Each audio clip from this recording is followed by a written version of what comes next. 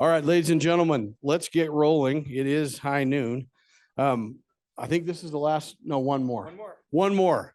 Second to last. Home stretch. Anyway, welcome everyone. I'm Mayor Walker from Draper City. Glad to have all of you here. And we're ready to get going. What I would like to do is get a motion to approve our February 12th, 2024 LPC minutes. All right, motions are second. Second. All right, all in favor of approving the February 12th, 2024 minutes, say aye. Are there any opposed? All right, that is approved and passed unanimously.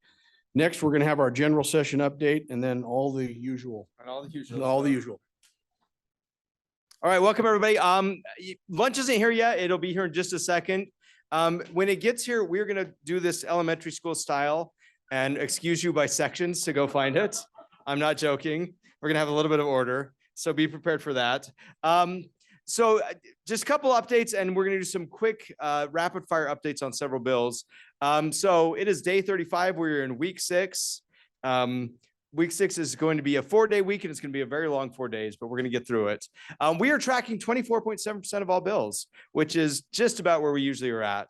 But there are a few more coming. So some really quick updates on several bills. One, SB 28 that we've talked about all these in some form or fashion during LPCs, and just want to give you some quick updates about where they're at. So 28, the Scenic Byways bill has passed the Senate. It will be in the House Transportation Committee this afternoon.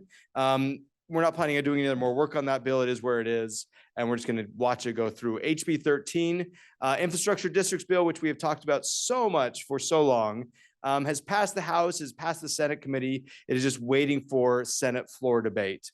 So that's one we made a motion to go neutral on last week, and we'll watch and see what happens on the Senate floor with that one.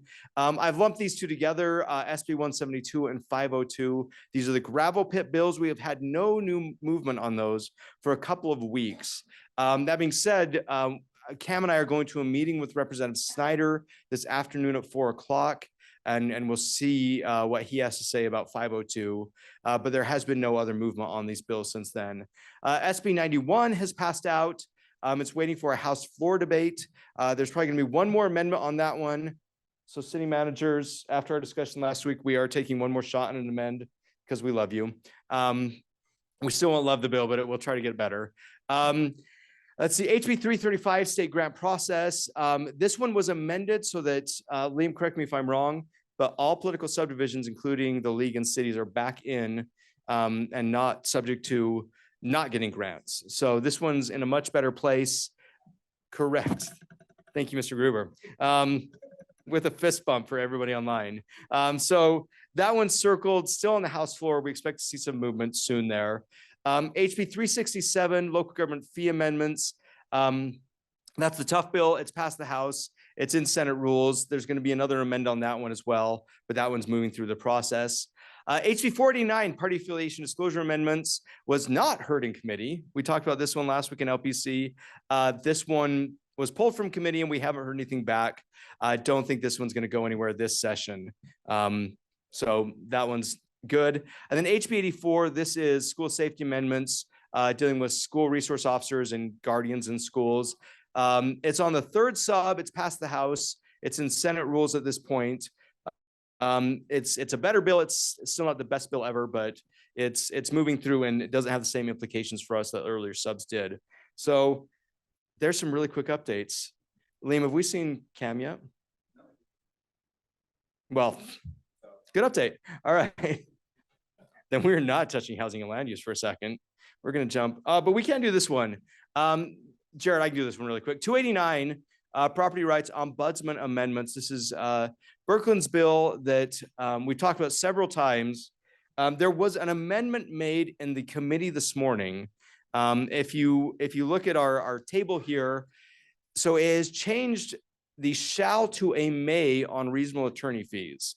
So instead of saying a judge shall award attorney fees, it says a judge may award attorney fees, which is the state of the law right now. On the consequential damages piece, that is also a may. The standard is knowing and intentional, but again, it is a may, not a shall.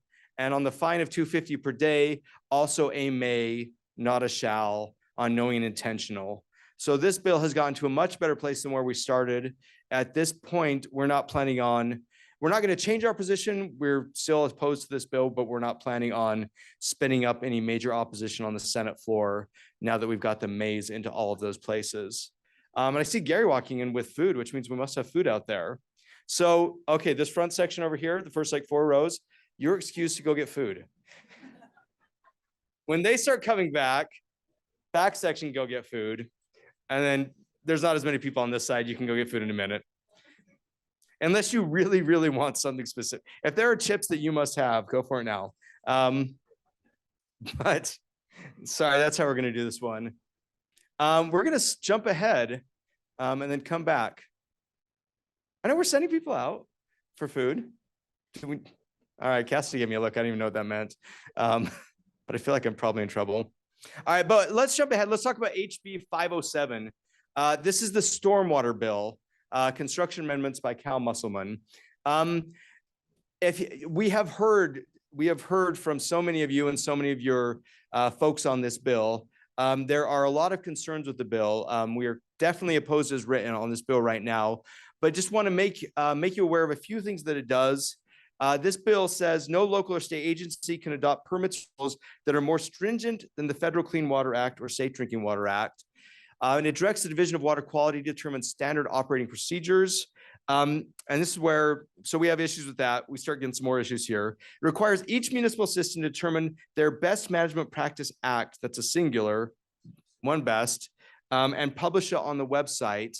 We have issues with that one. We don't think that one BMP is enough in a given area. That depends on a whole host of factors across your city. So pushing back on that one. Stormwater permits are automatically issued if the municipality does not issue a permit within 3 days of receiving the application. Yes, everybody laugh at that one. Obviously 3 days is not enough. The automatic approval, there's no way that's a great idea. We're pushing back on that one. We let the sponsor know we have issues with that. It is standardizing violation cure process and sets fines, and it does not allow for post-construction runoff controls in the Great Salt Lake drainage basin. So we're opposed to this bill. That one, I think, if anyone is not opposed, let me know. But opposed to this bill, we have talked to Representative Musselman a couple of times and let him know we have a lot of concerns. Let him know that thanks to you, many of you have sent these over. We have pages and pages and pages and pages of very detailed concerns that we've received from many cities. And we're passing those along, letting him know about that. We're trying to get a meeting set up with him. And he has said he's willing to, where we get the experts in the room and we can hash through if there are things in the bill that are salvageable. There are parts of the bill that just are no good. There's nothing about it that we're going to probably get to yes on parts of it, but there are other parts that we may be able to talk about. We're waiting for him to set up that meeting.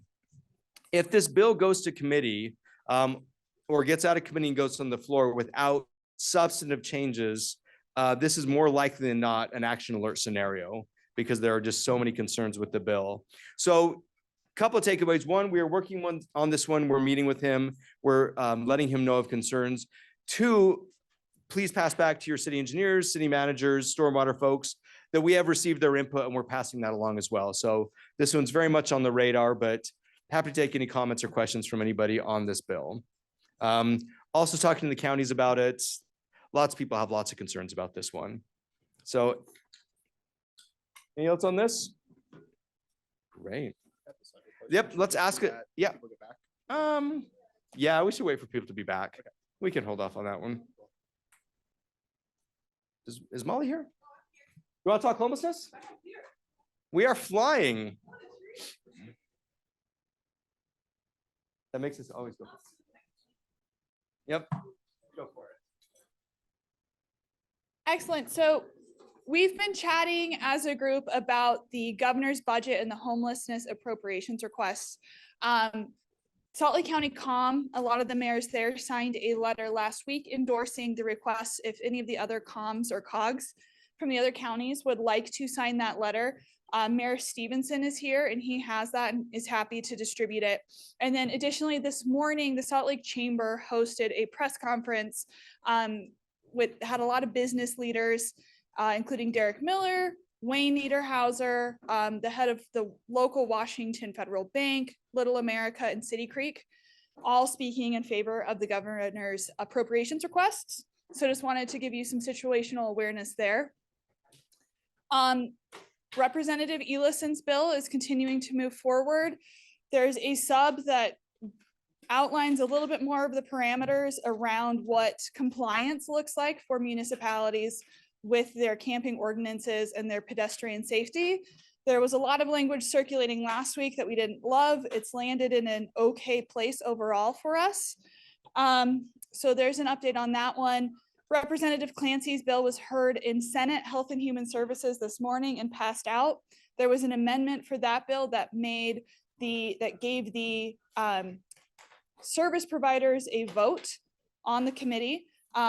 So that's going to move forward and we're in a comfortable spot with that. And then additionally, last week, Representative Abbott's bill was substituted. It is still problematic in different ways. So the original bill removed all of the cities from the Homeless Council and reduced the mitigation fund. This still reduces the mitigation fund. It also requires the Office of Homeless Services to establish best practices for municipalities with shelters, daytime resource centers, transitional housing, permanent supportive housing, or anything else that could be considered homeless services. That spreads far beyond kind of the traditional shelter city we've conceptualized and discussed in the past. It requires them to create essentially what are best practices for those cities and requires all of those cities to submit reports as to how they are complying with those best practices. It's a massive administrative burden on OHS, a massive administrative burden on a lot of cities beyond the shelter cities. In addition, if you are a city with any of these facilities, you could be required by OHS to compensate private property owners for any damage to their property if an inhabitant of one of those facilities causes it. And it also allows DPS to assume responsibility for providing law enforcement if OHS determines that your city is not doing a good enough job near any of these facilities. So right now it has been assigned to committee, but we aren't expecting it to move beyond that, but wanted to put it on your radar so that you were aware of it. And that is all I have for you. Are there any questions on any of these bills? All right, thank you.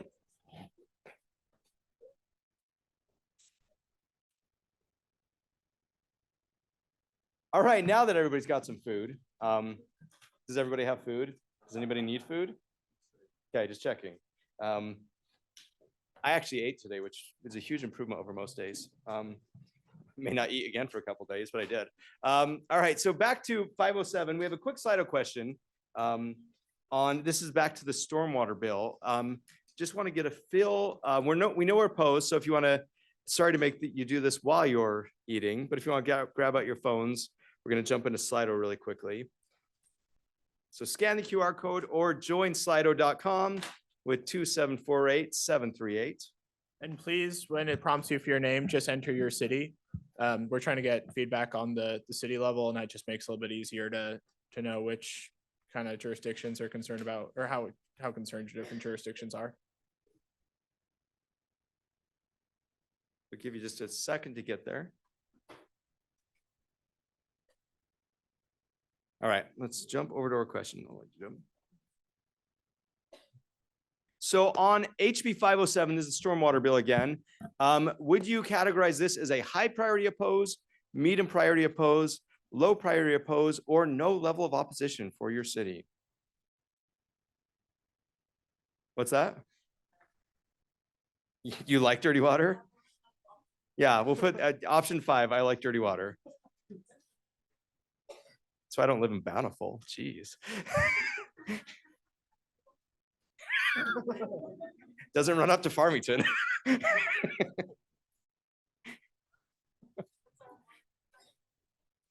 That's how we're going to fill the Great Salt Lake, is with dirty water. Good plan.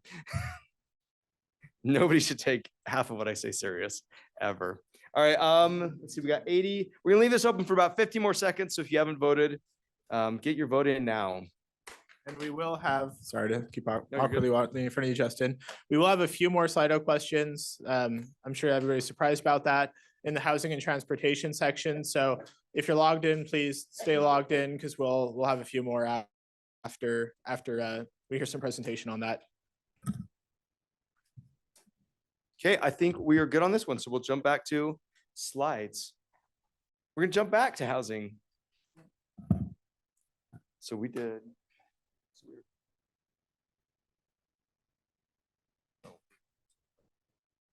Housing. Yep. So we did property rights. You did that one already? So yep, we're on. Okay. Greetings, everybody. It's nice to see you. It's even nicer to know we only have one more Monday morning left in the legislative session, only one more session weekend to go. Lots of moving pieces today. This really is the busiest week of the session, week 6, because did you already go through the timing of what has to be out of committee by next week, et cetera, et cetera?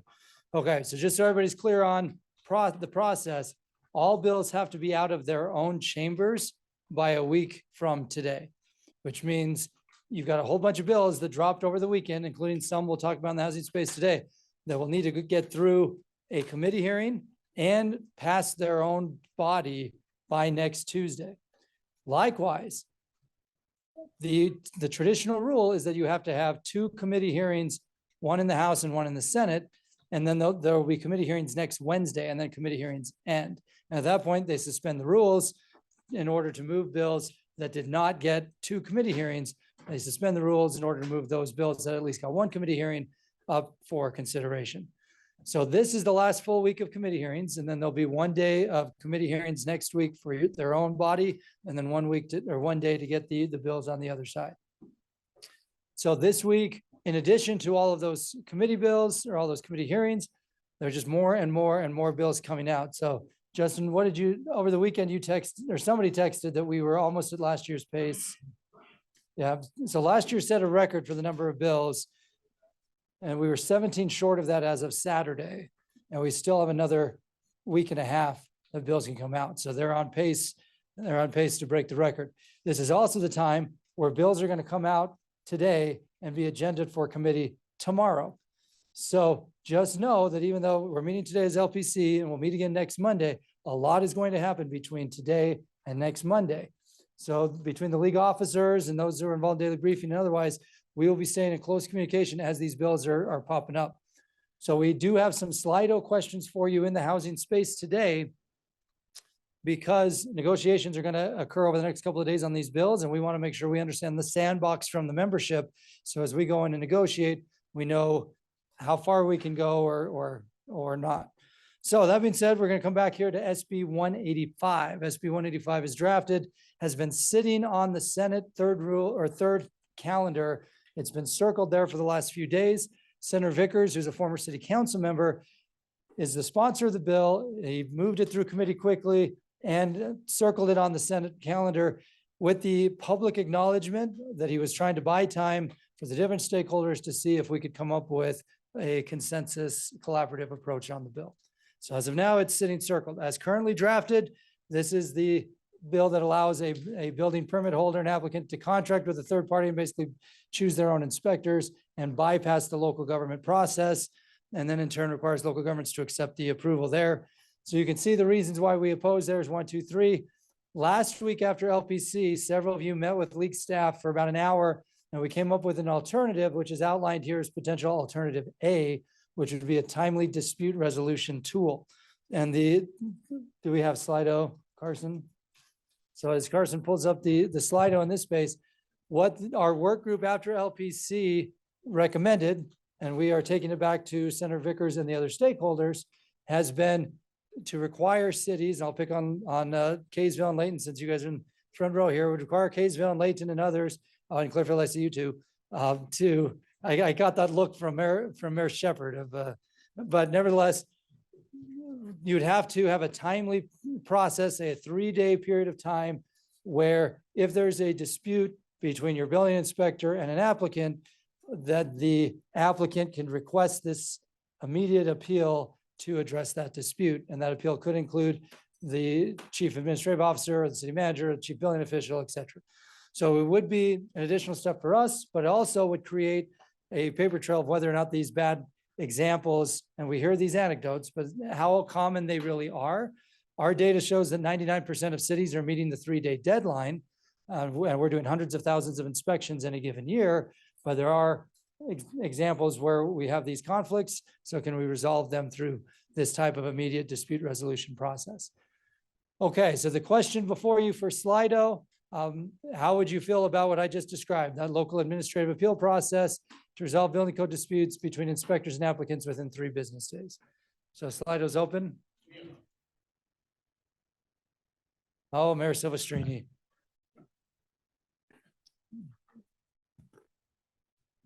Thanks, Liam. So those of you who have been around for a while know that this bill keeps coming back and coming back. It's like it just won't die. It's a zombie or something like that. I'll just say that I don't know what happens in every city, but in my city, when we have a problem with a building inspector, I guess who hears about it?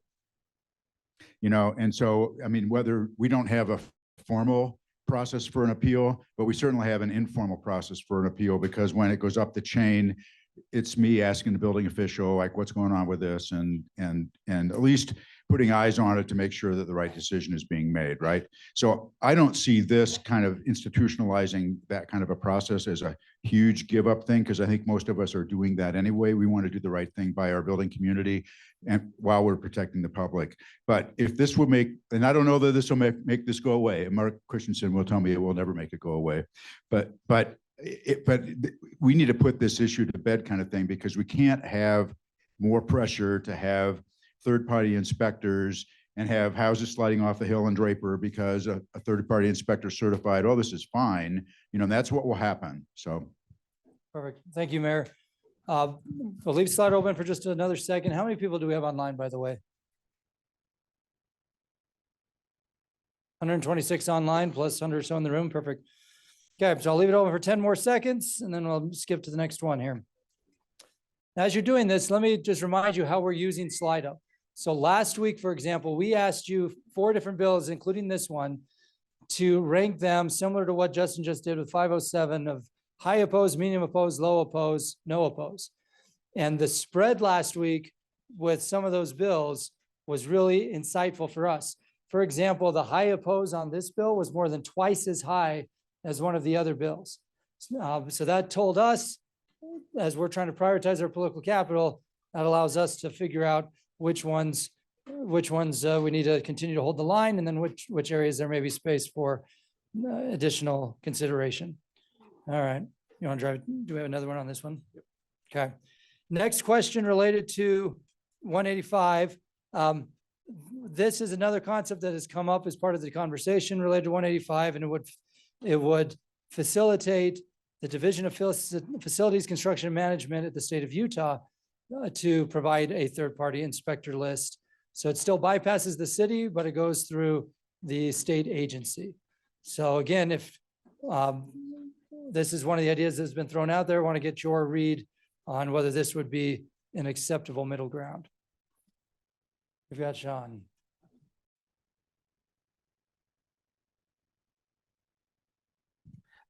Sean Guzman, St. George City. I think the previous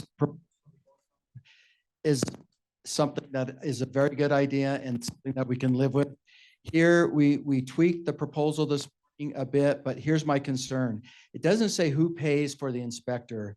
How many of you contract with outside inspectors right now to help you? See, a good number of us do this already. The difference is we contract with them and we pay them directly. So they don't feel beholden to the person that is paying them. And so I'm not clear on this proposal on who actually cuts the check for the inspector. Is it the builder or is it the city that does that? Is it at our rates that because we contract obviously with each one of our outside inspectors to do this. So I would hate for this to be for a rate that's significantly higher than what we normally pay. I just think this one has some, it's still some perils here that would make it difficult for us. But I think my number one concern is who pays them, how much, and will they feel beholden to the other entity that's paying them? Okay. Perfect. Thank you, Sean, for that comment. I'm going to leave the slide open for 10 more seconds, and then we'll pivot to the next housing bills. I think a lot's going to happen in this bill over the next few days before we meet again. So that's why we appreciate getting the feedback via Slido here. So go ahead. Mayor Walker. Steve, give me 2 minutes. Yep. Yeah, I can bring it back. this has probably been said before, but if we're gonna go forward with this, or how about we stamp it on the plat? It's home, inspected by the builder inspector. Right. Buyer beware. Yeah. So everyone knows.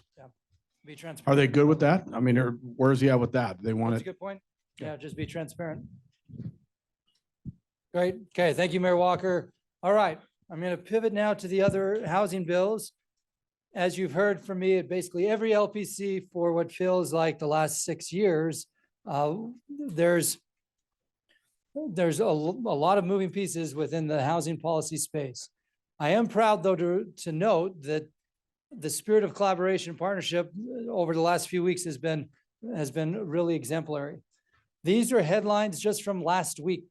So KSL, Deseret News, Fox 13, and then there's another one that's a national headline. And I think we're going to see more and more media coverage over the last couple of weeks of the session.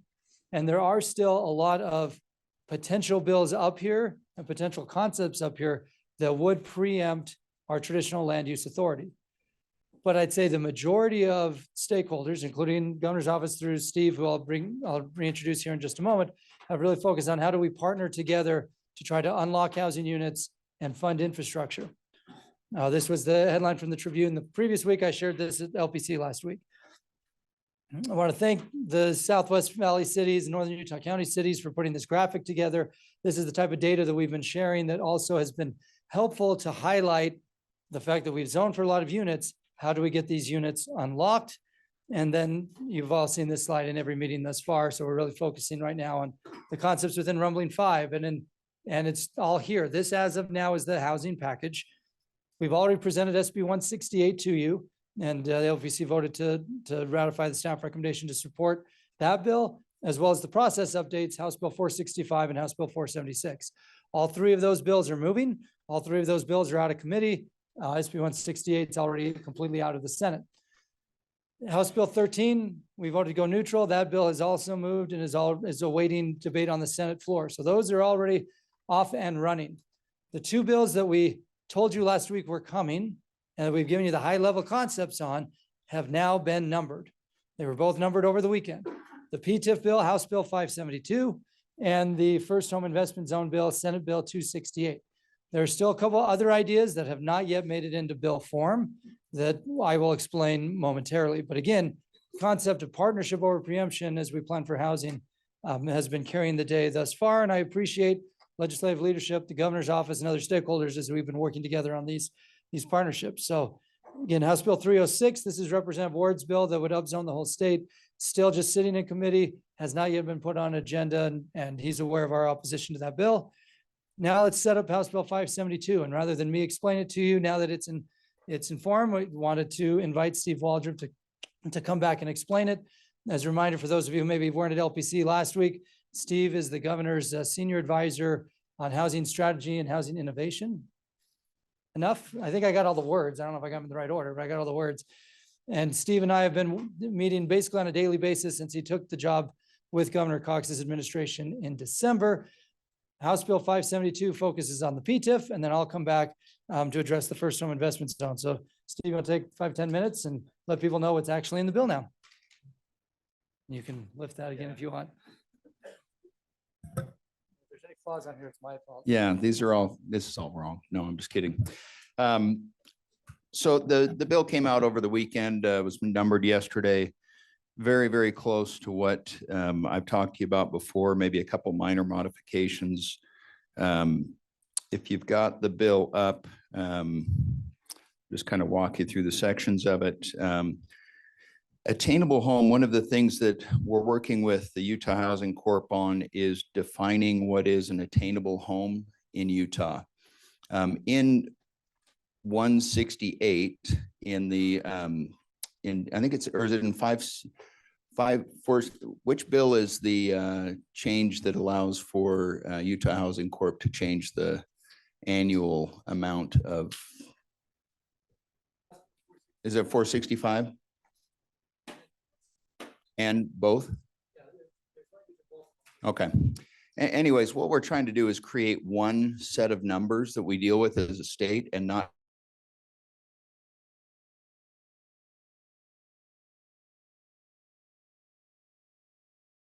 county.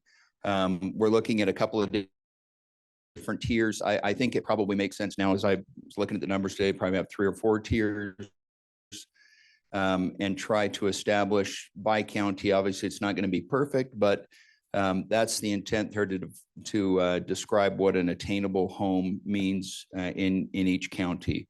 We talked about going more granular and doing it city by city. That becomes really challenging to manage and kind of follow and update. So I think we've settled on doing it by county. The fund right now is going to be created by the Transportation Infrastructure Fund. So the TIF, it's a state fund. It's kind of longer term money. And so we're going to create in the PTIF a sidecar vehicle that is the investment vehicle that will fund this program. And the first tranche of it is $300 million. So there will be $300 million available for attainable housing development within the state of Utah. As defined, of course, by county, it will be 60% of the homes will have to be attainable homes. As it says on here, owner occupancy requirements for 5 years. One of the things that Cameron and I have talked about that I'd like to ask for feedback on, maybe I'll just do a snap poll here, and I won't take anybody's names down. One of the thoughts we've had is, should we make it subject to a development agreement? So for any project to be qualified, they have to come to the municipality first and make sure there's a DA in place, so that when they go to the lender and then when the lender comes to the state for the funding, there's a mechanism in place so that you don't get somebody coming to the city saying, hey, I want to do this, will you give me smaller lots? They do it, and then you lose that. There are penalties throughout the process to make sure that wouldn't happen, but I think kind of a belt and suspenders approach would be to do it as a development agreement. Does that, just by a show of hands, who would think that would be a good idea or a better idea? Okay, who thinks that's a terrible idea? Okay, talk to me about, if you want to come and talk to me after why that's terrible. Anybody else on the terrible side? Okay, I'd like to hear your thoughts on why that's a bad idea after. But again, it's to provide consistency. You know, the intent is to make sure that the water gets to the end of the row, right? And we don't do something that doesn't actually deliver what we say we want to deliver. Trying to think of anything else. Essentially the same structure for the rest of it. The state treasurer will kind of manage it. There's really not a lot of management. Again, the intent is this. So you start out with a developer. The developer has a project. The developer says, I want to do this project. He goes to his lender, and the lender's project, I'd like to give you a loan for that project. But if you want to get this less expensive money, then you've got to do something different than you originally planned. And that means you have to deliver homes at a specific cost, or not a specific, at a specific sales price that's established at the time that development agreement is created. So that would be the time and the point in time when all of that is established, is at the creation of that development agreement, the very first application. The developer then says, okay, they would come to the municipality or the county and say, okay, I need to develop and deliver 60% of the homes as owner occupied, deed restricted at this value. In order to do that, I'm going to need these kind of lots, I'm going to need these kind of units, and work that out with the municipality. That becomes a joint project, a joint decision, working with the municipality through that process to make sure that what they are promising to deliver, they can actually deliver. Again, the proposal would be to put that in a development agreement. The builder then goes to his lender and says, okay, I've got that all worked out. The lender does the loan documents with the builder. They apply to the state and certify that all of the check marks that need to be checked are in place. The state then lends that money via deposit into the financial institution. So the financial institution gets a deposit. That deposit then is used to fund the development. And then at the end of that, the lender has to certify that this number of units were built at this value and sold at this value.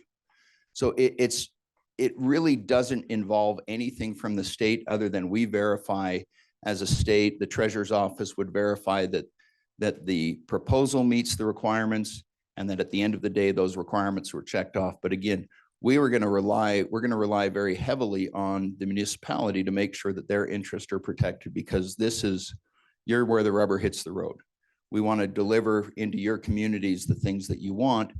And that's the intent, is to bring everybody to the table and try to get a good result. A couple of things that we've talked about, and Cam, this is something we're going to have to talk about a little bit more, which is, do we create a companion fund that allows for a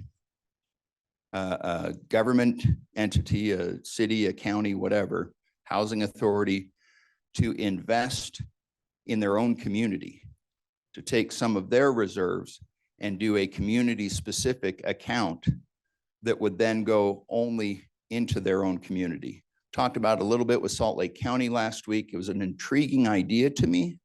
They said, well, gee, what if we wanted to take $10 million of our money that we have invested in PTIF, and we're okay taking a little bit lower return on that money, but we want to make sure that money gets used in Salt Lake County. Interesting question.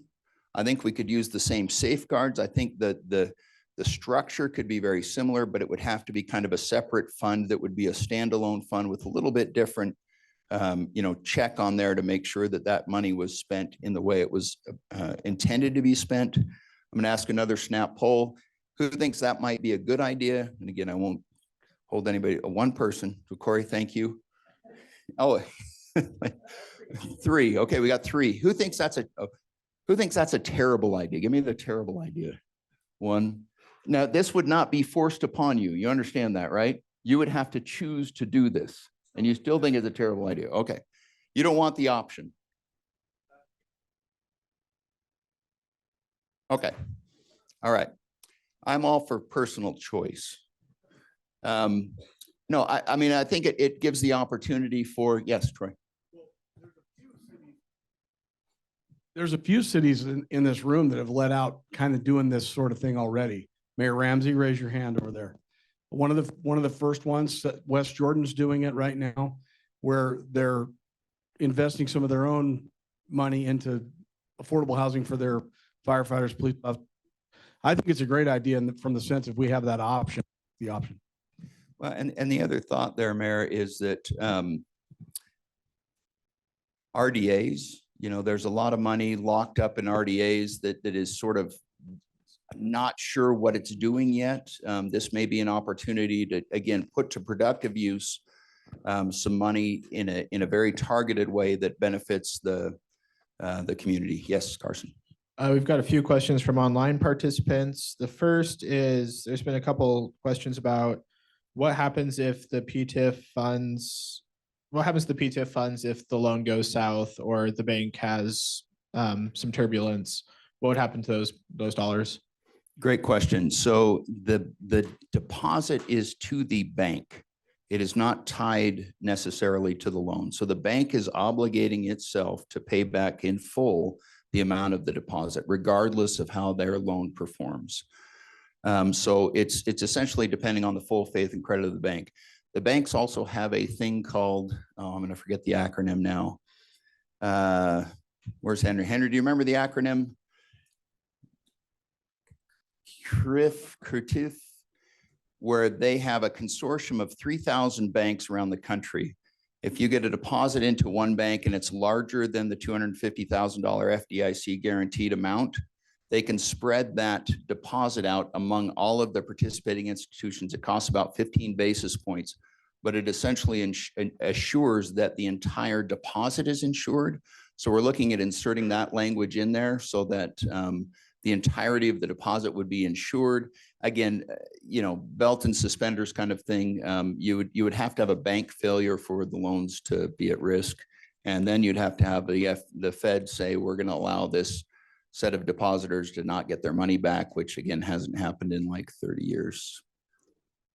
Thank you. And then one other question. What would the owner occupancy enforcement tool look like? Would that be a deed restriction? How would that happen? We'd propose a deed restriction in the statute. It's a minimum of 5 years, But again, to me, this is where the benefit of a development agreement comes into play, because the municipality in their negotiations could require a much longer deed restriction. Because there are some communities where I would have a concern that, inexpensive housing after that 5-year deed restriction runs out becomes rental housing, in some of our more resort-oriented communities. Great, thank you. Okay.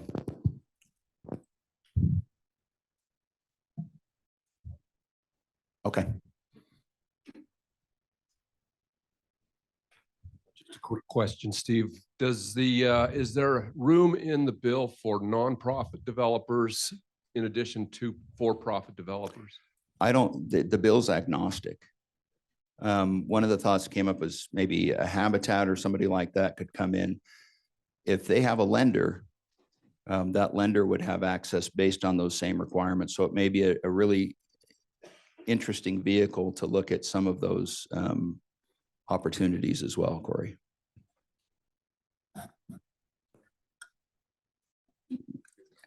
I'll be out in the hallway here in case whatever's coming next doesn't matter at all, which it probably doesn't, but all right.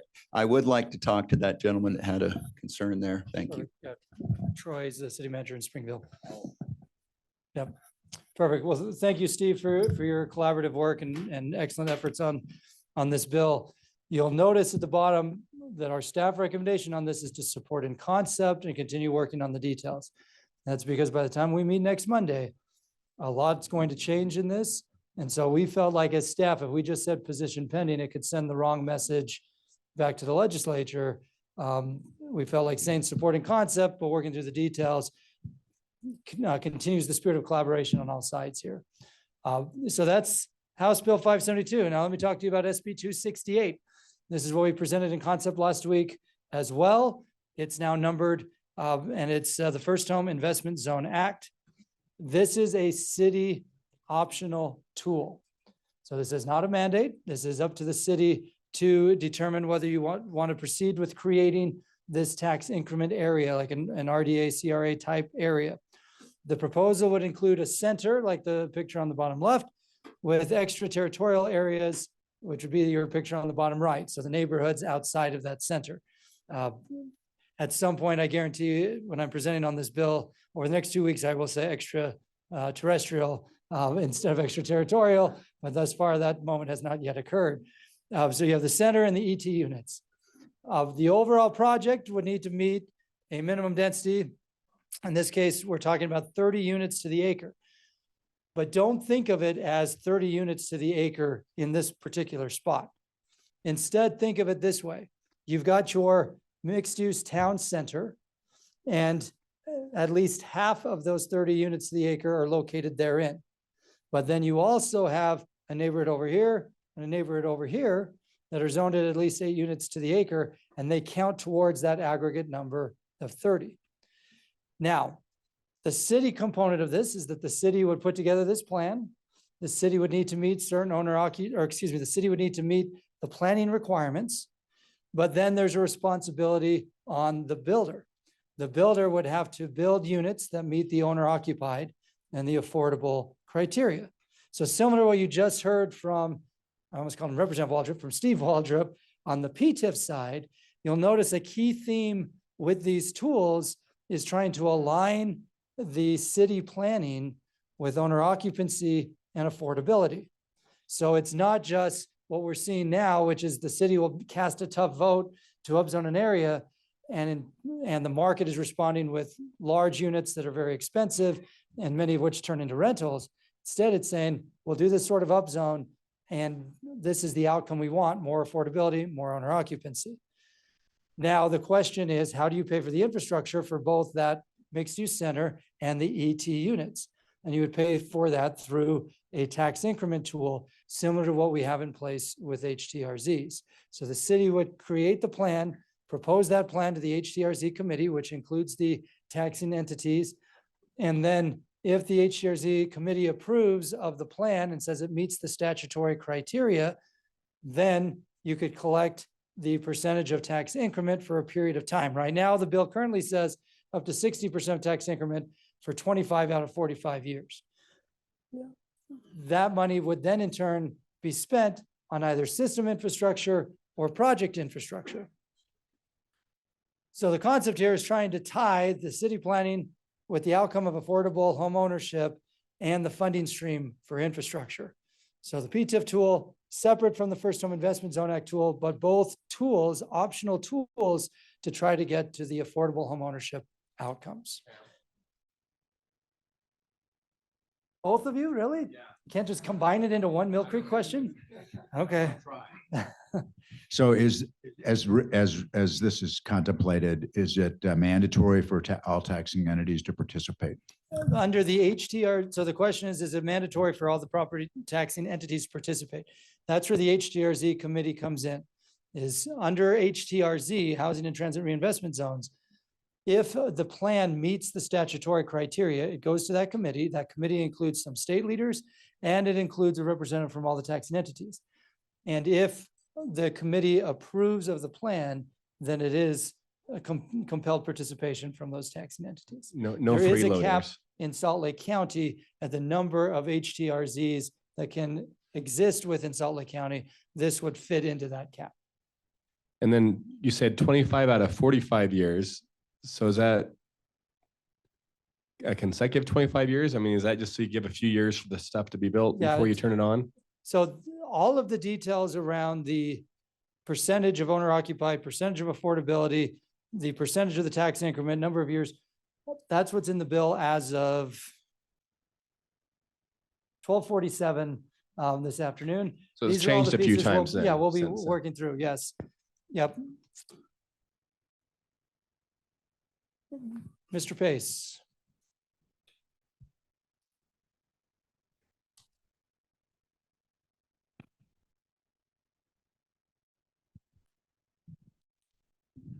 Just a quick question about both of these bills, the PTIF bill and this one. Yes. Are they both centered on quote unquote affordable housing as opposed to starter home housing or, and what does that mean? Is this intended to be just a market factor, 80% AMI or something? Or, because I know at one time the governor was talking about first-time home buyers, that sort of thing. I'm just Yep. curious what the target is. Yep, good question. And you'll notice affordable is in quotation marks because I was expecting you to ask that question since you asked it a month ago as we were kind of working through the concept. So I appreciate you highlighting it. Right now, the definition of affordable housing is different in both bills. That is also different from the definition of affordable housing in SB 168. So part of the objective this week is to sit down with all the different stakeholders and figure out, do we want one definition for all the tools, or are the tools different enough that they should have different targets? I'm not prepared to make a recommendation to this group yet on that space. Liam actually has gone through all of the bills in this space, including existing law around HTRZs and the retail incentives bill, to lay out, here's what the definition is in all of these tools. We're going to be presenting that to legislative leadership this afternoon, including Steve Waldrop, to say, do we want the same definition or not through these pieces? The different types of definitions, if you haven't read the bill yet, like one definition in one of the bills is around area median income. So up to 120% for owner occupied area median income. Another definition is around the median house price in that respective county. Another definition is trying to tie it to a specific price point, period, that the units have to be sold at this point. So again, that we're trying to work through those details this week. So part of our homework assignment to this group, and this is a critical time sensitive homework assignment, is our recommendation on this bill too is to support in concept, but continue working. Our homework assignment to you is, now that these bills are numbered, they're going to move out of committee quickly in the next day or two, but we still have an eternity of legislative time. I mean, we still have a whole nother week and a half. My daughter's paper chain still has 11 pieces of paper on it. Like it's an eternity to get these details right. But we can't wait till next week's LPC to get them right. So we're presenting them to you and asking you to do homework, to come back to us with feedback on it, and then we'll figure out if we need to make any changes based on the feedback. Okay. Okay, now here's the third concept. This is not yet in bill form, could be in bill form in the next day or two. And this is just a basic residential tax increment concept. Also would just be a city option to act. It's contemplated to be smaller in size than the FIZ. the FIZ being the first home investment zone. And this would be that if a city upzones to at least 8 units to the acre, they would just collect a portion of the tax increment just from the increased value from that particular upzone. So you'll see the example here in 4A, current zoning 3 units to the acre. You upzone from 3 to 8, then you can collect 60% of the additional tax increment from the other taxing entities. For those additional 5 units, there would also be a requirement for owner occupancy and a requirement around affordability, and that money also could be spent on infrastructure. This would not have an HDRZ committee involvement. So this would be a little bit simpler because it doesn't have the committee involvement, and it would be kind of a smaller scale piece. We know the county assessors would likely have some concerns about just the administration of this type of concept, but this is another concept that not yet in bill form, but is being discussed. Are there any questions about this concept before we go to my favorite Slido question? Mayor Shepherd, you've got your thinking face on. Microphone. Yeah.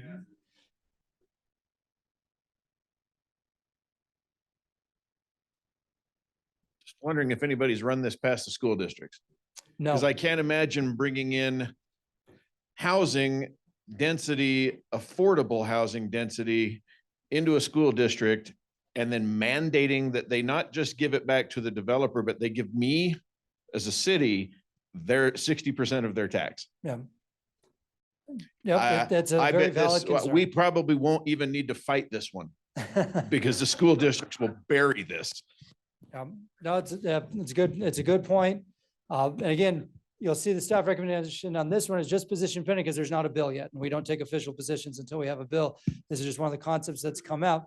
The argument has been you could do this in a kind of a faster period of time. It helps with infill because it's smaller parcels and helps with that immediate infrastructure cost. Mayor Shepherd, you make good points about the potential response from other taxing entities. So that being said, Carson is going to bring back Slido. As he does so, before you answer this, let me explain what we're trying to get from you here. We have a meeting tonight with Speaker Schultz to provide an update on all these moving pieces. And the speaker has been very collaborative over the last few weeks as we've been working through these different tools. And he's given us a lot of feedback and he's pushed back on other things. So we'll be meeting with him later tonight. And we want to get a sense of the interest in these different types of tools. Now, one of these tools already exists. I was expecting, Andrew, for you to start waving your hand to say, wait a minute, that already exists. The Housing and Transit Reinvestment Zone, that's current law, and it also only applies near transit. But we're just using it as a counterpoint of how much interest there is in that already exists over the last 3 years. So would you be interested, first home investment zone? That was the second one I did where you have the center and the ET units. Would you be interested in participating in that PTIF piece where the PTIF is providing that funding stream? And then the third one was what I just described, the housing tax increment. And then we provided none of the above option and check all that apply because we want to get a sense of the interest. This does not commit any city to actually do it. It simply, we're just trying to gauge the interest because then we're going to ask you a Slido question momentarily of your feedback if there are things that just immediately come to mind of potential improvements to any of these concepts that you can submit just right now while you're thinking about via Slido, and then we can go through it this afternoon.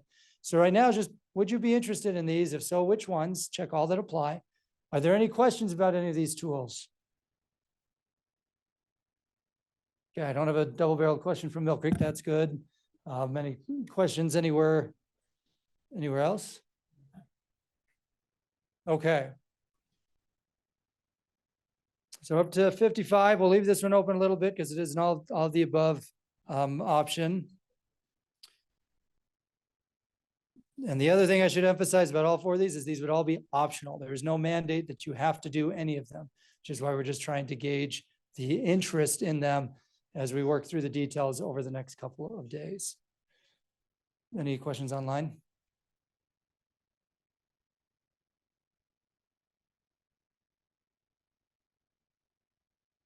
So I'll leave this on for about 30 more seconds. Does the FIZ, FHIZ zone only apply to transit centers? No, the FIZ, it's good clarifying question. The FIZ can apply anywhere. The emphasis actually would be areas without transit. Think of it as the HDRZ is as of now, the crown jewel for tax increment financing for infrastructure in those high impact areas near transit. The fizz would be, okay, where else is there transportation or town center concepts independent of transit where the fizz could apply? So thank you for that clarifying question. Fixed, yes, when I say transit, HDRZ applies to fixed rail, so front runner, light rail, and BRT. So fizz could apply to any road that has a bus line. I'll give you one more. The next question. Structure act fees for a residential tax increment. So you get tax increment. Does that mean you have to reduce impact fees or other Yeah. areas of revenue as well? Yeah, that's a good question. To this point, that's not been part of the conversation because what we've been really focused on is we don't have sufficient revenue right now to pay for infrastructure. So how do you get additional revenue? You don't want to add with one hand and take away with the other. Mayor Walker?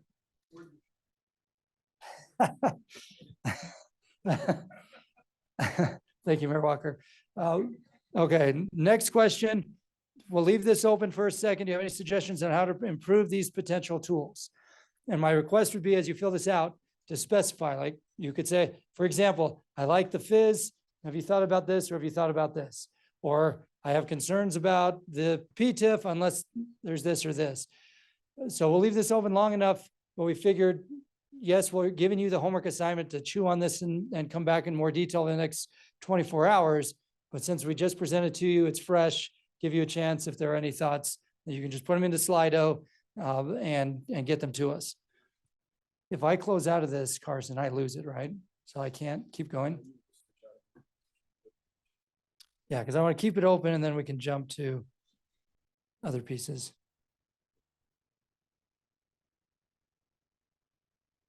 Okay.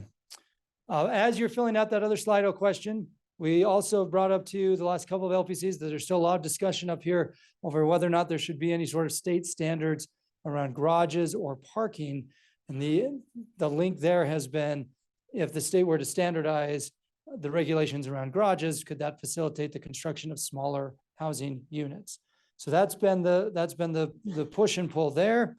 Oh, so I guess we just have that in a Slido question, right, on the parking piece. So we have a couple of Slido questions for you on parking that again are not in any bill right now, but they're the different concepts that have come up, and we basically need to know, it's kind of sink or swim time. Is there space to keep negotiating that space, or are we just not going to be able to get there in conversations this session? So Carson,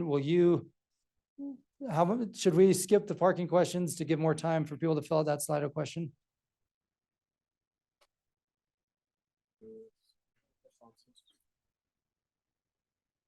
Got 3 Slido questions left.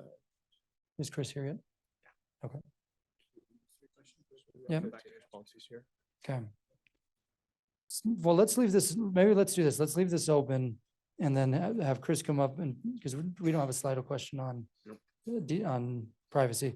So let's do privacy and then we can come back and finish the parking and House Bill 430 Slido. Okay.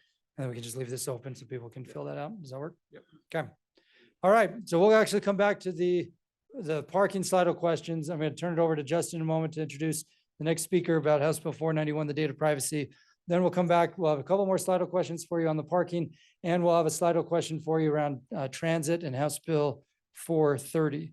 So with that, House Bill 491 was in committee this morning, and I'm going to turn it over to Justin to explain what happened in committee and to introduce our guest. So take it away. And yeah, so this is Chris Bramwell. Chris, what's your title? Chief Privacy Officer. Chief Privacy Officer. Chris is going to come talk about HB 491 data privacy amendments. As far as the status on this one, this passed out of the House Government Operations Committee this morning, moving along to the House floor. But I'm going to let Chris tell you what it does, how it impacts municipalities, and then you can ask questions. Chris. Thank you. A little background on HB 491. It is part of a group of bills that have been working through the process through the last couple of years. HB 243, I think this was in the 2020 or 2021 session, created a state personal privacy oversight commission, created a chief privacy officer role, and created a state privacy officer role in the state auditor's office. The deliverables from that legislation was essentially what we're getting now. These groups were required to assess privacy practices across all governmental entities, see essentially how the current laws are working, where is compliance at, what new standards or recommendations are needed. And what has come out from that legislation and these different stakeholder groups and assessments and reviews done is generally Utah's privacy laws haven't actually been operationalized across the board. In code, we have, I think, 26 different statutes now that we can reference that have different privacy requirements. Some of them are conflicting requirements. Some of these laws have big gaps in place. Some of them, it's not clear which ones you're actually required to comply with. So we're in a scenario, not just for cities and towns, but for counties and for all governmental entities, where we kind of need to rework what the privacy laws are, because now, while the private sector has moved to digital technology a lot in the last 2 decades, we know a lot of our entities are just now getting up to speed with moving to digital technology. So in this legislation, this is ran by Representative Jefferson Moss. He apologizes he couldn't be here today. He's creating a baseline framework to kind of reset what is meant to be an incremental strategy to rework the current privacy laws to make it so 2 things happen. One, it's readily accessible to the public, so they know what their privacy rights are, but then also making it so it's readily accessible by government entities. There's no way every government entity, especially when you get to smaller cities, towns, special service districts, could ever be experts in dozens of different laws. So we need to have more comprehensive laws that just make clear what is it people are supposed to do, and then get resources out there where they're needed. So in this legislation, Jefferson Moss is creating first a state privacy policy. This is a forward-looking policy of where do we want privacy to go in the state. A lot of this just aligns with some of our pioneering heritage in Utah. Many people don't know Utah had the nation's first privacy law in 1862. Doesn't mean it was ever actually operationalized, but it actually did have the very first law. Utah had phenomenal laws in 1974 as well, after the Federal Privacy Act was passed. Again, it was never operationalized. And then GRAMA came in 1991. And if you're not familiar with GRAMA, GRAMA Part 6 has some very comprehensive privacy requirements of things we're supposed to do for all entities. They just have never actually been operationalized across all entities. So we're at a point now where the risks are too great to not actually get it done, especially as we move into AI. Every governmental entity, you're going to have opportunities to use AI. And if we start putting personal data into large language models, we're going to have data forever that we're not even supposed to have now in some cases. We're supposed to have already destroyed it or disposed of it. So we got to get a handle of this now to fix it. So in the act, he creates a privacy policy that says, here's the culture of privacy in Utah, and here's what we're working toward as a state. There is also created a governing board, which has the highest elected leadership in the state. This is meant just to be a start to get more people at the table to ensure all the different stakeholders are moving in the right direction. This has the governor, House and Senate leadership, Attorney General, and state auditor. And this board is going to be approving an annual agenda of the Personal Privacy Oversight Commission to make sure the things they're looking at, the types of standards or training they're looking to create, are aligning with what we're saying is our policy in Utah of how we want to do privacy. They're also going to be making recommendations related to governance structures, authorities, rulemaking.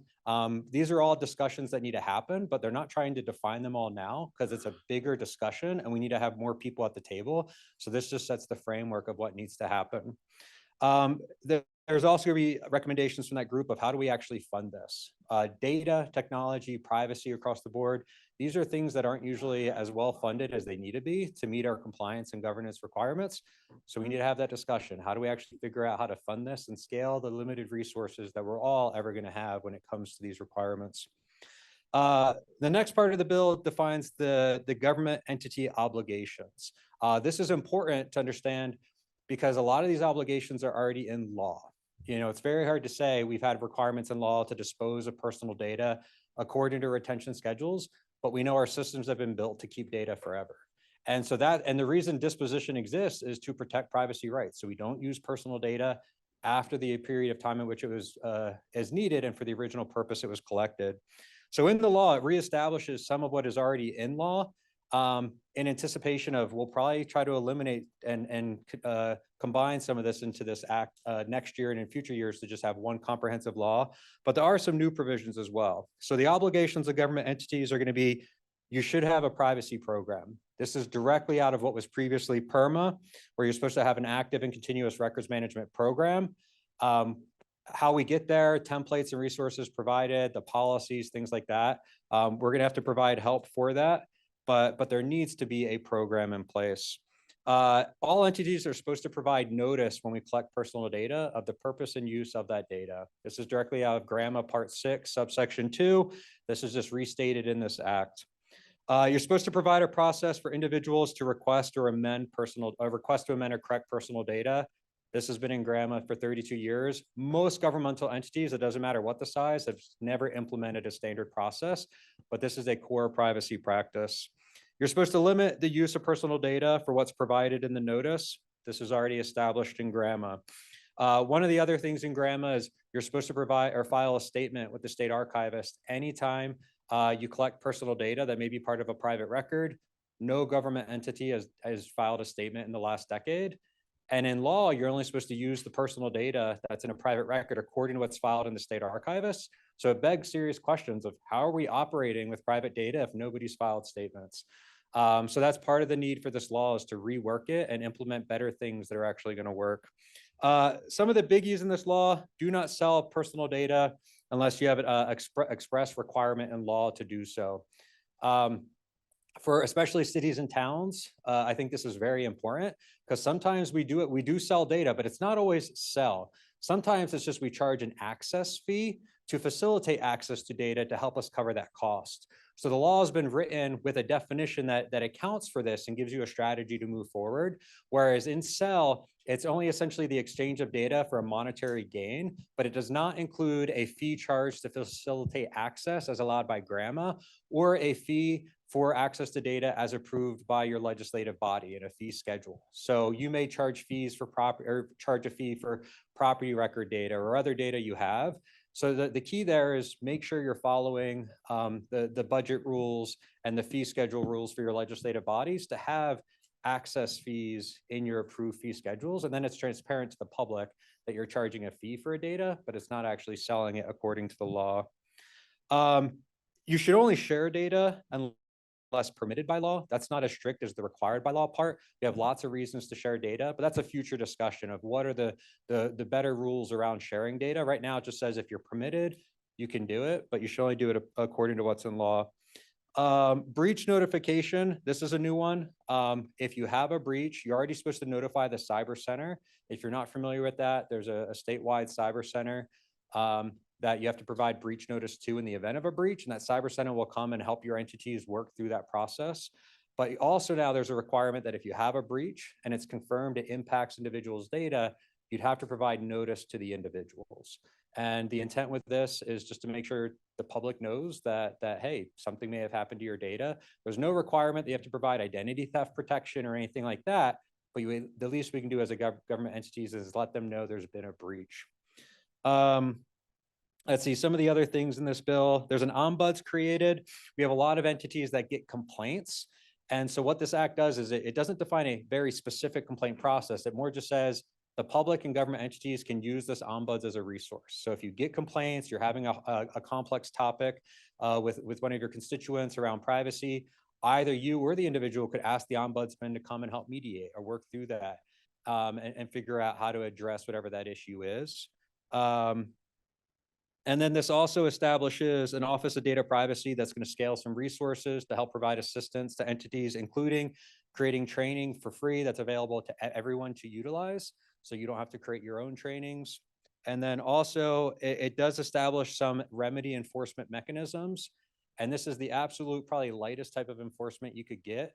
Whereas in GRAMA, it's a Class B misdemeanor for some of the non-compliance. In this, it just says, if there's a complaint with the ombuds and it can't get mediated, the ombudsman may refer that to the governing board to hear what the issue is, and then they may refer it to the state auditor. who could audit it, who then could refer that to the Attorney General or a legislative management committee. And the reason for this approach is because we know this is going to be a multi-year process. If we know there's so much non-compliance and we need to help entities come into compliance, enforcement of what's currently in law, it doesn't really do much good to hammer that really hard if what we really need is resources to help everyone meet their existing requirements. Chris, thank you for that overview. Any questions on this one? Nothing? All right. Okay, we just want to make you aware of this. This is, like Chris said, it's a big bill. There's a lot in there. And we just want to take a few minutes to explain it because it is a big bill. We didn't want this one to get by without everyone having a chance if there are questions. So last chance before Chris walks out the door. Okay, Chris, thank you so much. Appreciate it. All right, we're going to jump to, nope, we're not going to jump that far. We're going to jump back. Actually, we're jumping to Slido, right? We're going to jump back and ask those questions on parking. Perfect.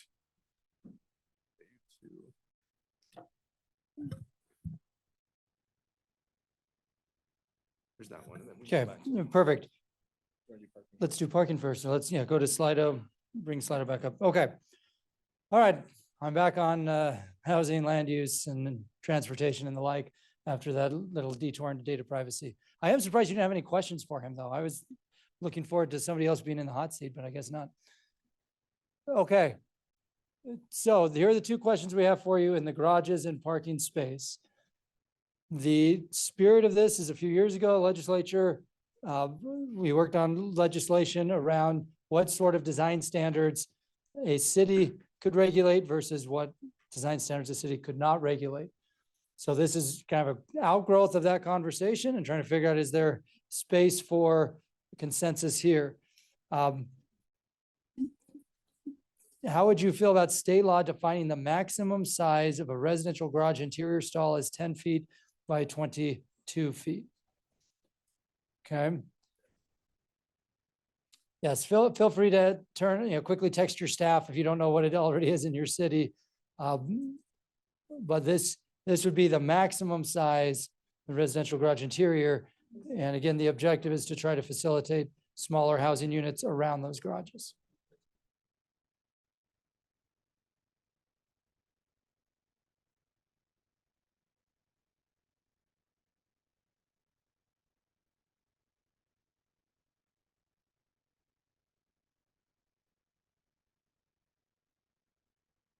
Yeah, this would be an individual stall as well, just to clarify that. Yeah, so if you had two, this would be garages, but a stall within the garage. This would not be for apartments. Thank you for the clarification, Mike. This would not be for the apartments. This residential would be single family or a townhome.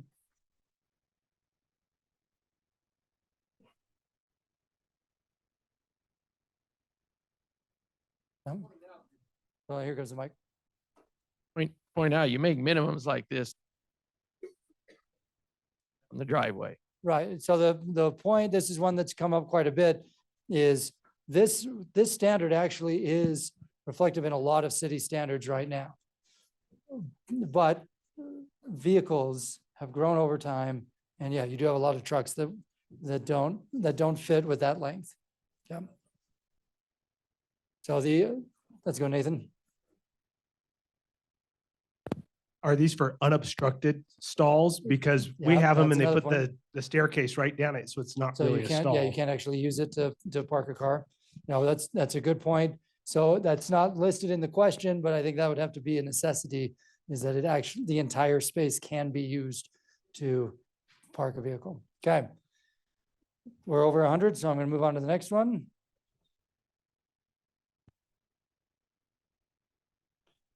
Okay. This gets to the tandem piece. We talked about this a couple of years or 3 weeks ago at LPC, and we were waiting to see potential language coming back. And we've now seen some language coming back, and it reflects this concept. So if the single family or townhome lot is smaller than 6,000 square feet, how do you feel about state law requiring the tandem garage? So back to back, as opposed to side, count as 2 spots towards the city's parking minimum policy. So in other words, if you require if you require 2.5 spots for a single family home and or a townhome, and there's a tandem spot that's part of that unit, that would count as 2 toward the 2.5. And that would be defined in state law. And the rationale for why people are promoting these concepts is you can get a smaller unit on a smaller lot with tandem garages versus side-by-side garages. Well, we do have some cities that count the tandem as 2, but some cities that only count the tandem as 1. And so if you only count the tandem as 1, it requires more parking, which then reduces the number of units you can get into that space. So that's the argument for it. Yeah, Farmington, right? What if we push very concerned, not because we disagree with the standards, but we disagree with the state meddling so much in such a specific issue? Sure, sure. But you won't know why we're concerned. But it still helps for this Okay. week. For purposes of this week, that's helpful to know. I will tell you, even if there's no parking language in any bill this week, I assure you that the conversation around parking policy is going to be front and center this upcoming interim around parking policy in commercial areas, residential areas, and the like. So just be prepared for that, regardless of what happens this week. But that's why we're trying to get a sense of this week. Is there any space in either of these? Okay. I'm now going to pivot from parking cars to buses and trains. So let's, we'll have a Slido question here, but I'm going to switch back over.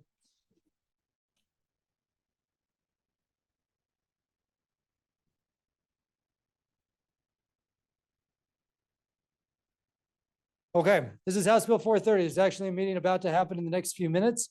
And so we're giving you the quick update about where things are at, knowing that in the next day or two, this bill has to get finalized. So this will be really the last chance for broad feedback before LPC next Monday. So the original version of this bill had 2 components, one requiring UTA to do an annual accounting report about revenues and services. The second piece was to spend the revenue proportionally in the communities where that money was generated. The new sub still has the accounting report, but then it also contemplates creating the Transit Innovation Grant, which we've talked about before, because that was a league proposal to the UEOC. But the grant could come from state money in the Transit Transportation Investment Fund, or the fifth, which most counties have not yet imposed, only some in Utah counties have imposed it, or a percentage from the existing revenue streams that have been imposed, like the fourth quarter. These are the policy questions that we're working through between the leadership of the league, WFRC, and MAG, working with UTA, UDOT, and Representative Perucci. We're trying to kind of finalize this. So there's a meeting that's about to happen in the next few minutes. And we'll have another subsequent meeting likely in the next day or two to kind of finish answering those policy questions, okay? The policy question we have for this group that will help inform those pieces is in Slido here. Now, Carson, I might just be able to do it on my own. All right, look at that. Look at that. Woo, all right. Okay, I'm not in my 20s anymore, but I've been able to manage the technology on the fly. Okay, so the question we have before you is really to gauge your city's interest. And even if you're not in the UTA district, we're still interested to know if this is something your city would consider, because if TTIF money became available, that TTIF money could be used around the state. So the concept here again is that your city could apply for a pilot transit innovation grant to increase ridership in your area. But here's the caveat to it. It's not just, oh yeah, great, grant sounds like a great idea. But in the UTA area, the policy conversation right now is that transit innovation grant money may result in a reduction in some existing service to free up money for the innovation grants. So you'll see the answers we've given you are more nuanced than just the comfort concern scale. So yes, you'd be interested in a grant for your city, even if it reduces some service. Yes, you're interested in the grant, but only if it doesn't reduce existing service. Not interested in a grant, but yes, interested in creating the program for others. Or the last one, not interested in a grant, not interested in the program. Okay. So we'll leave this open for another moment. recognizing that Representative Perucci's meeting is starting here in just a few minutes. Any questions about this bill? Yes. Oh, Mark.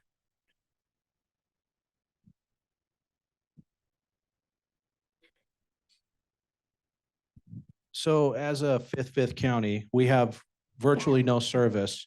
I guess my question is if it reduces some service, where is that service coming from? Because I think that's what we're carving up here, is other people's service for those that are grossly underserved.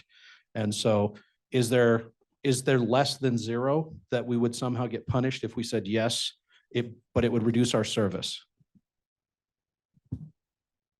So this, Mark, you've actually summarized really nicely and even somewhat diplomatically the now the policy consideration at play here, because yes, Utah County is the one county that has imposed the fifth in the UTA district. And right now they don't have transit innovation grants as part of it. And there are plans for how those dollars get utilized. And the concept of transit innovation grants is to try to identify areas that are underserved and provide one-time money to do a pilot. So I'm going to use Saratoga as an example. Saratoga could come forward to whoever makes the decision, that we're still trying to figure out that policy piece. But Saratoga could say, here's our proposal. We think that if we got this amount of money, we could increase transit ridership in our area by doing this, this, and this. And so then the committee that would approve it gives you the grant for the period of time, 18 to 24 months.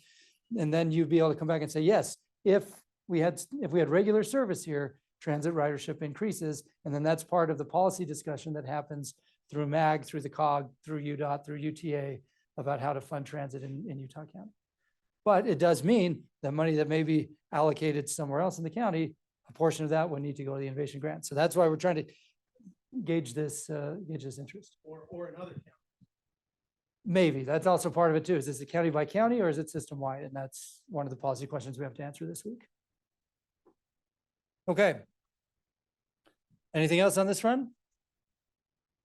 Going once, going twice. Okay, Justin, I'll turn it back to you to wrap up the remaining positions and then, or the remaining. Jared, so you're on for the religion bills, and then Mayor Walker will come back to you to ratify the recommended bill positions, or then take any potential topics from the floor. I'm not in my 20s, but I still don't know.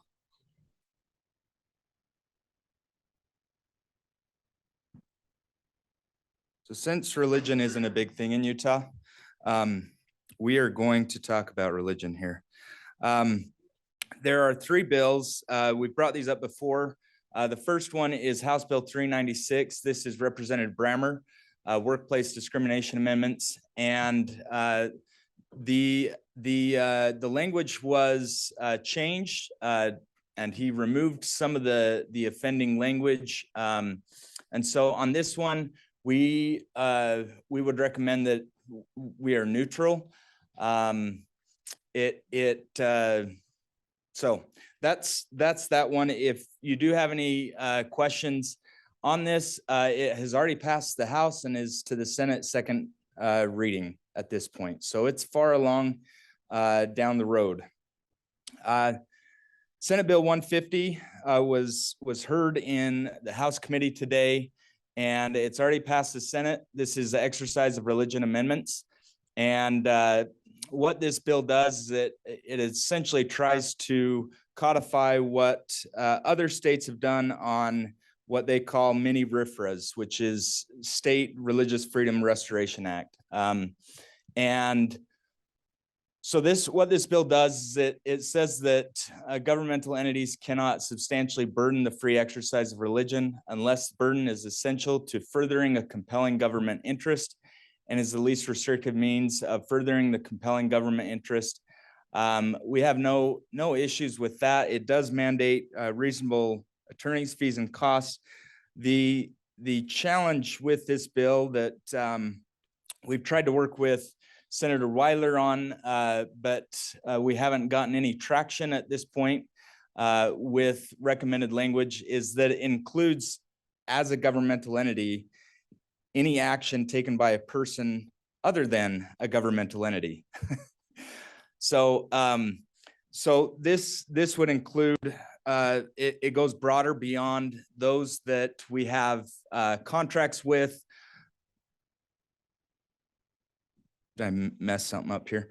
It goes beyond just the employees or independent contractors we have, but really to any person that is trying to enforce a law or other assertion by the governmental entity, compel a government to act, prohibit a government entity from acting, use an administrative or judicial proceeding of a governmental entity, and or as an instrumentality or function of a government entity.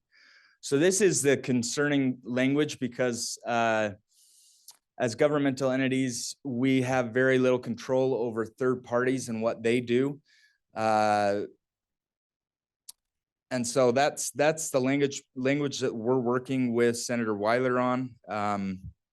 We are right now at a position pending because we're hoping to continue to work with him, although the outlook is not promising. So the last one is still sitting in the House committee. It's House Bill 460, the Government Employee Conscience Protection. You'll notice in bold there that it prohibits governmental employer from denying an employer's request to be relieved of performing a certain task if that task would conflict with not just a sincerely held religious belief, but also their conscience.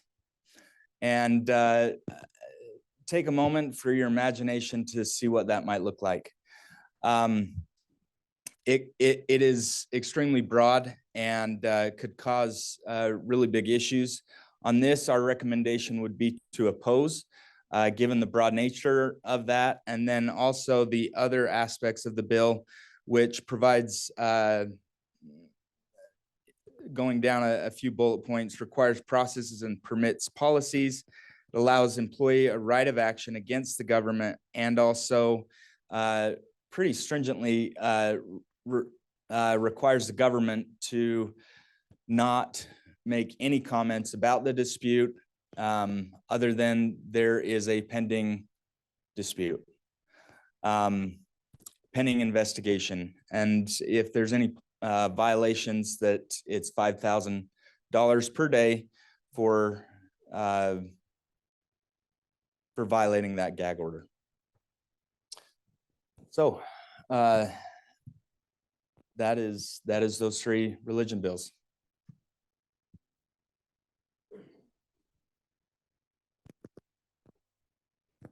Bettina Smith Edmondson, Layton City Council. I just have a question. You may or may not have the answer or want to answer, but do we know what the premise is for these three bills? Like, what are they trying to solve? Because there's a lot of law already in place around religious rights and beliefs and whatnot. So do you have any insight on that? I can tell you on the Senate Bill 150, Weiler's bill, this is part of a general, a lot of states adopting different mini RFRAs. And so Utah is just another state that's now adopting a mini RFRA. To my knowledge, there isn't any fact pattern behind either. Is there? No. Okay.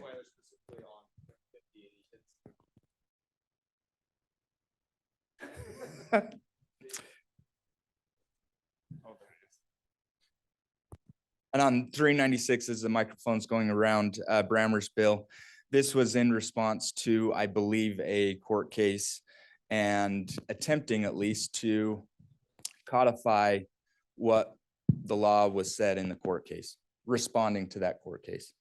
So, Dave.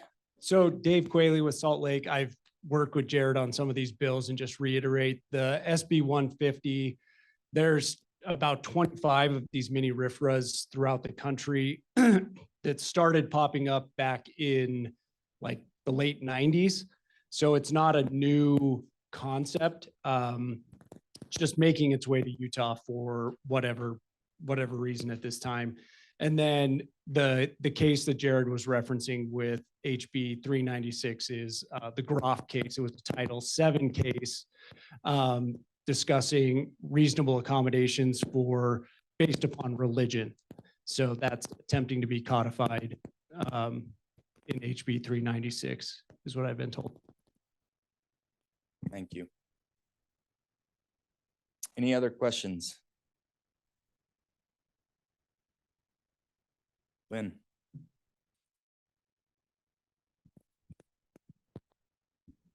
I appreciate the comments about the state RFRA versus the federal. I guess the question we would have, I think all of us would have, is if this bill doesn't do anything more than the federal bill, then we're okay with it. But if this bill grants or imposes liability for third-party actions, which I assume is beyond what the federal bill would do today, then of course we would be opposed to that.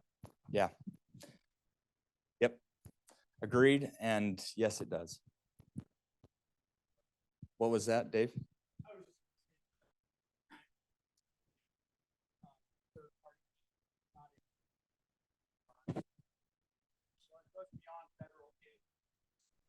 Yeah, let me just repeat that. What Dave said is that of the 25 different mini RFRAs that have been adopted across the United States, none of them have expanded that to third-party actions.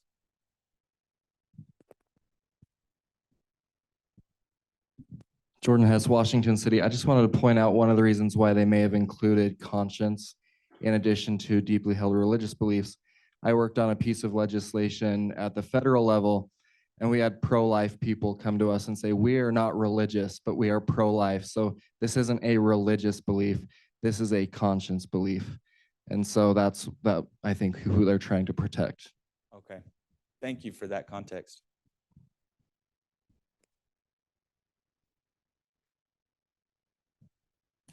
Yes, I started with the least concerned, 396, and then the next concern is 150, and then the biggest concern is the 460.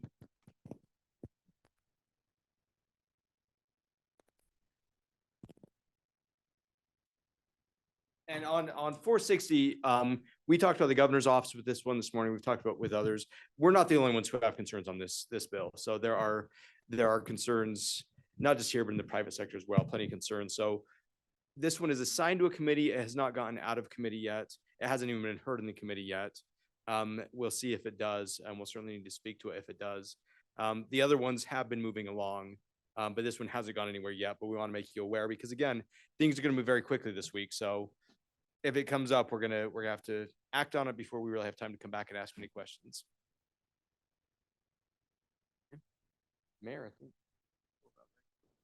Ratified. But yeah.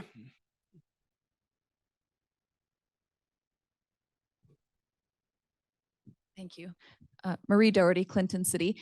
So has there been any movement on annexation?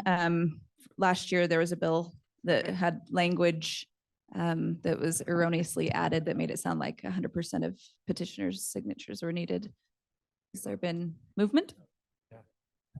Yes, in fact, you could take a victory lap of sorts since you caught that for us on the last night of the session last year. Yes, there was an erroneous word the Ledge Research had added second to last day of the session last year that then undermined what we had tried to do. Anyway, yes, that the correct language has been added into House Bill 476. Okay, I'm just making sure, I was double checking with Jared. As far as Jared knows, the correct language is in House Bill 476. So back to the homework assignments. We gave you homework assignments around all those different housing tools. Follow the homework assignment for Clinton and West Point, if they're on the call, would just be double check the language in House Bill 476 because it should reflect what we tried to do last year before that last minute amendment. All right. Can I get a motion to approve our bill tracker as it's been presented to you today? Got a motion second? All in favor, say aye. Are there any opposed? All right, seeing none, that's passed unanimously. Is there a motion to adjourn? Second, all in favor of adjournment, say aye. All right, thank you. We're adjourned.